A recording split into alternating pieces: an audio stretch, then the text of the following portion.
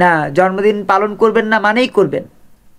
BNP আপনারা জানেন না, মানে এটা আমার হয়তো মিডিয়ার ভাইরা খেয়াল করেন নাই, অথবা আপনাদের খেয়ালের বাইরে চলে গেছে। যতবার তারা বলেছে যে খালেদা জিয়ার জন্মদিন পালন করবেন না, ততবার বড় বড় কেক কেটে সকল জেলায় খালেদা জিয়ার জন্মদিন পালিত হচ্ছে। এটা বলা মানে হচ্ছে তারেক রহমানের জন্মদিন বড় করে পালন করো। বিএনপি হচ্ছে সেই দত্তের দল, দত্তের গল্পের দল, যে দত্ত হচ্ছে যে ওই রাজকুমারীকে বলে যেত যে আজকে আমি খুব কাছে যাব, বলে তিনি সোনার কাঠি আর রূপার কাঠি পরিবর্তন করে দিয়ে যেতেন অনেক দূরে। আর যেদিন বলতেন যে আমি আজকে অনেক দূরে যাব, তখন তিনি অনেক কাছে থাকতেন। বিএনপি হলো এমন দল, বিএনপি, জামাত, আওয়ামী লীগ, জাতীয় পার্টি এমন দল যারা যদি বলে আজকে আমি এটা করব, তাহলে বুঝে নেবেন যে এটা তারা করবে না।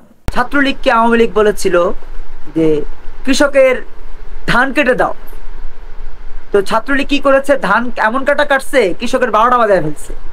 তার মানে আওয়ামী লীগ চাইতোই যে আমি যেটা বলবো সেটার বিপরীতে যেন ছাত্রলীগ চলে, আমার দল চলে। আবার বিএনপি যেমন এর আগে বেশ কয়েক বছর টানা বলেছে যে খালেদা জিয়ার জন্মদিন পালন করবেন না, বেগম জিয়ার জন্মদিন যখন বলেছে পালন করবে না, তখন বড় বড় কেক নিয়ে জেলায় উপজেলায় খালেদা জিয়ার জন্মদিন পালিত হয়েছে। তো আজকে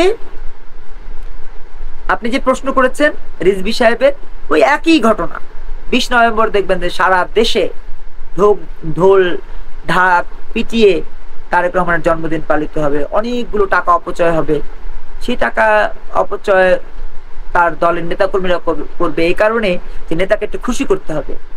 আপনি গতকালকে একটা ভিডিও আমি দেখেছি, সেটিতে কৃষক দলের সাধারণ সম্পাদক, খুব মোটামুটি পরিচিত বাবুল ভাই, তো বাবুল ভাই আবেগে আপ্লুত হয়ে বক্তব্য দিচ্ছেন যে আমার জীবনে আর কোনো চাওয়া নাই, আমার চেয়ারপারসন আমার নাম নিয়েছে, আমার চেয়ারপারসন আমার শুধু মুখে নাম নিয়েছে, তাতে আমার জীবনে আর কোনো চাওয়া নাই। তো তারেক রহমান খালি নাম নিলেই নেতাকর্মীরা এত খুশি, সেই তারেক রহমানের জন্মদিন পালন করবে না বিএনপির নেতাকর্মী, এটা কি হতে পারে?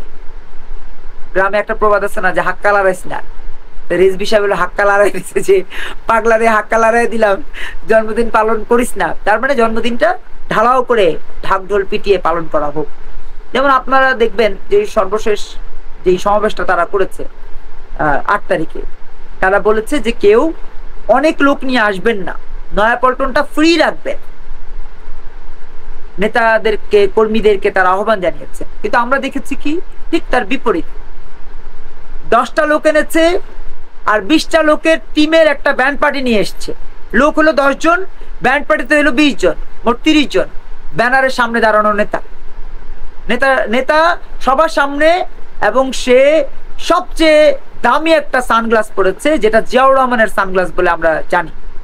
তাহলে এই বিএনপির রাজনীতি আর এই বিএনপির দৌড় জনগণের আসলে কোনো কল্যাণের পথে তারা ছিল না, আগামীতে হয়তো থাকবে না।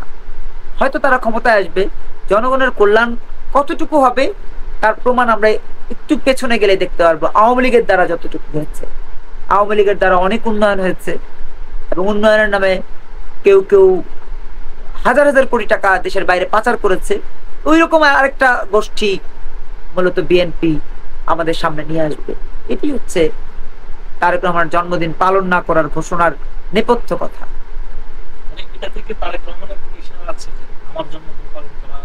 তারেক রহমান এগুলো নিয়ে আসলে প্রধান না। তারেক রহমান এখন তার টার্গেট, তার চিন্তার জায়গা হচ্ছে আমি কবে বাংলাদেশের প্রধানমন্ত্রী হব। কারণ তিনি গত পরশুদিন তিনি বলেছেন যে সারা দেশে কৃষকদেরকে ঐক্যবদ্ধ করতে হবে। তাহলে কৃষকদেরকে ঐক্যবদ্ধ করতে হবে, পরশুদিন বলবেন শ্রমিকদেরকে ঐক্যবদ্ধ করতে হবে, তরশু বলবেন স্বেচ্ছাসেবকদেরকে ঐক্যবদ্ধ করতে হবে, তারপরের দিন বলবেন ছাত্রদেরকে ঐক্যবদ্ধ করতে হবে, তারপর বলবেন যুবকদেরকে ঐক্যবদ্ধ করতে হবে। ঐক্যবদ্ধ করার মানে হচ্ছে তোমরা সবাই তোমাদের যার যা কিছু আছে নিয়ে রেডি হও।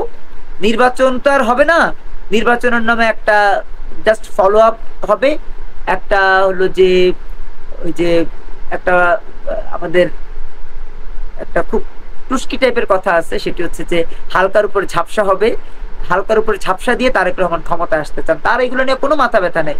তার একটা মাত্র টার্গেট, আগামীতে তিনি প্রধানমন্ত্রী হতে চান যে কোনো মূল্যে।